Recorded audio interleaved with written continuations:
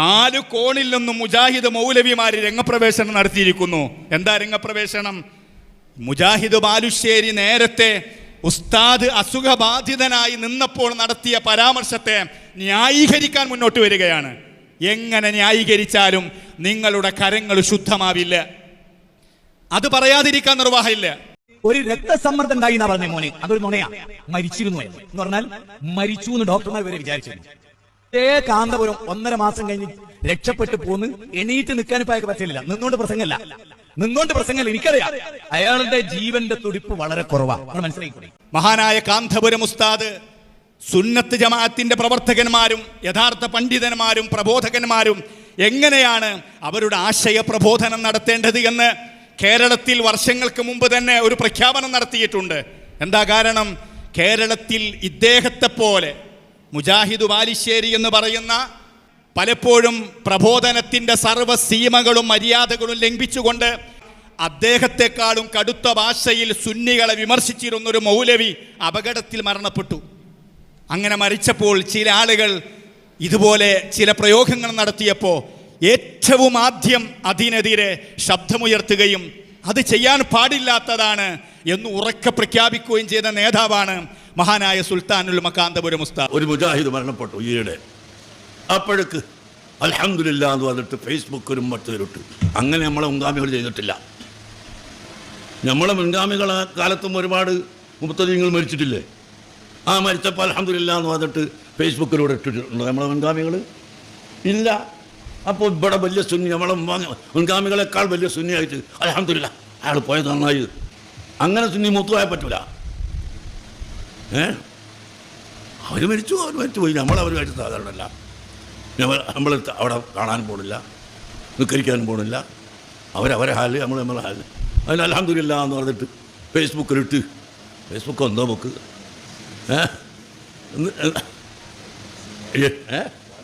വാട്സപ്പോ എന്ത് സപ്പാന്ന് അറിയില്ല. അങ്ങനെ എഴുതി വിട്ട് അങ്ങനെ ഒരു എഴുതുന്ന അത്രമൊത്ത സുന്നിയാവണമെന്ന് നമ്മളെ ഉലമാവ് പഠിപ്പിച്ചിട്ടില്ല. നമ്മൾ പഠിപ്പിച്ച അവിടെ നിൽക്കണം. അതിൻ്റെ അപ്പുറത്തോട്ട് സുന്നിയായാൽ അത് സുന്നിയല്ല. മുജാഹിദ് ബാലുശ്ശേരി ചെയ്തത് ദീനി പ്രബോധനമാണത്രേ. എന്താണ് സഹോദരന്മാരെ ദീനി പ്രബോധനം? വിശുദ്ധ ഖുർആനിലെ സൂറത്തുൻ നഹ്ലിൽ അല്ലാഹു പഠിപ്പിക്കുന്നത് ഉദ്ഉ ഇലാ സബീലി റബ്ബിക ബിൽ ഹിക്മതി വൽ മൗഇളത്തിൽ ഹസന വജാദിൽഹും ബില്ലത്തി അഹ്സൻ.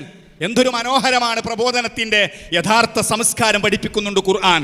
നിങ്ങൾ തന്ത്രപരമായും മനോഹരമായ ഉപദേശത്തിലൂടെയുമാണ് ആളുകളെ മതത്തിലേക്ക് ക്ഷണിക്കേണ്ടത്. വജാദിൽഹും ബില്ലത്തി അഹ്സൻ. അതുമാത്രമല്ല, സംവാദം നടത്തുമ്പോഴും തർക്കിക്കുമ്പോൾ പോലും ഏറ്റവും മനോഹരമായ രൂപത്തിലെ പ്രതിയോഗികളോട് സംവാദം നടത്താൻ പറ്റുള്ളൂ എന്ന് പഠിപ്പിച്ച വിശുദ്ധ ഇസ്ലാമിൻ്റെ വക്താക്കളാണ് നമ്മൾ. പ്രിയപ്പെട്ട സഹോദരന്മാരെ, മോശമായ പ്രതികരണം നടത്തിയാൽ ചിലവർ രോഗത്തെയും ശത്രുവിന് വരുന്ന ദുരിതങ്ങളെയും ആഘോഷിക്കുമ്പോൾ അതേ നാണയത്തിൽ തിരിച്ചടിക്കണമെന്ന് ഖുർആൻ പഠിപ്പിച്ചിട്ടില്ല, ഇസ്ലാം പഠിപ്പിച്ചിട്ടില്ല. അതേ സമയത്ത് വളരെ മനോഹരമായ ശൈലിയിൽ പ്രതികരിക്കണമെന്ന് പഠിപ്പിച്ചൊരു മതമാണ് വിശുദ്ധ ഇസ്ലാം. ഇതൊക്കെയുള്ള സ്ഥലത്ത് എന്താണ് നേരത്തെ ഉസ്താദിന്റെ രോഗശയ്യയിൽ കിടക്കുന്ന സമയത്ത് ഇദ്ദേഹം സംസാരിച്ചത് എന്ന് യൂട്യൂബിലൂടെ ഇത് കേട്ട മുസ്ലിം ലോകം മറന്നിട്ടില്ല. ആർക്കെങ്കിലും ന്യായീകരിക്കാൻ പറ്റുമോ? എന്താണ് സഹോദരന്മാരെ പറയുന്നത്? ഇവർ പറയുന്നത് ശിർക്ക് ചെയ്യുന്ന ബഹുദൈവ വിശ്വാസം പ്രചരിപ്പിക്കുന്നതിനെതിരെയുള്ള പ്രചാരണമായിരുന്നു. ഉസ്താദ് രോഗമായി ലോക മുസ്ലിമീങ്ങൾ വേദനിച്ച് ഉസ്താദിന് വേണ്ടി പ്രാർത്ഥിക്കുമ്പോൾ ഉസ്താദിനെ പറ്റി എന്താണ് അദ്ദേഹം പരാമർശിച്ചത്? തൗഹീദ് പ്രചരിപ്പിക്കൽ ഇങ്ങനെയാണോ? ആശയപ്രബോധനം ആണോ? എന്താണ് പറയുന്നത്? റൂഹ് ഇപ്പം പോകട്ടോ, ഞാനത് പറയുന്നില്ല. ആ രൂപത്തിലാണ് ഒരു രോഗിയെ ആരായാലും ഒരിക്കലും പറയാൻ പറ്റാത്ത പ്രയോഗങ്ങൾ നടത്തിയിട്ട് അത് തൗഹീദിന്റെ പ്രചാരണമായിരുന്നു, ആശയ പ്രചാരണമായിരുന്നു എന്ന് ന്യായീകരിച്ച് റഫീഖ് മൗലവി അടക്കമുള്ള യൂട്യൂബ് അഭിനവ പണ്ഡിതന്മാർ ഈ വിഷയത്തെ നമ്മുടെ കരങ്ങൾ ശുദ്ധമാണെന്ന് പറയുന്നത് ഒരിക്കലും മുസ്ലിം ലോകം അംഗീകരിക്കില്ല. വീണ്ടും ഞാൻ പറയുന്നു, പ്രതിയോഗികളുടെ ദുരിതങ്ങളെ ആഘോഷിക്കുന്നത് അവിവേകമാണ്. അത് യഥാർത്ഥ സുന്നത്ത് ജമാഅത്തിന്റെ പ്രവർത്തകന്മാരൊന്നും ഉണ്ടാവാറില്ല. ഉണ്ടാവുന്നത് ശരിയല്ല. പക്ഷേ നാം ചെയ്തു കൂട്ടിയ അവിവേകങ്ങളെ മുഴുവനും ന്യായീകരിച്ച് നമ്മൾ ശുദ്ധമാണ് എന്ന് പ്രഖ്യാപിച്ചുകൊണ്ട് ഈ വിഷയത്തെ സമൂഹത്തിന്റെ മുന്നിൽ ദുഷ്പ്രചാരണം നടത്തുന്നത് മുസ്ലിം ലോകം അംഗീകരിക്കില്ല. കാരണം മഹാനായ ഇ കെ ഹസൻ മുസ്ലിയാർ എന്ന കേരളത്തിലെ ഏറ്റവും പ്രമുഖനായ ആദർശ പ്രബോധകന്റെ മരണവും മരണാസന്ന സമയത്തെയും ആഘോഷിച്ചത് ഔദ്യോഗികമായി മിമ്പറുകളിൽ വെച്ചായിരുന്നു. ഇത് കേരളത്തിലെ മുസ്ലിമീങ്ങൾ മറന്നിട്ടില്ല.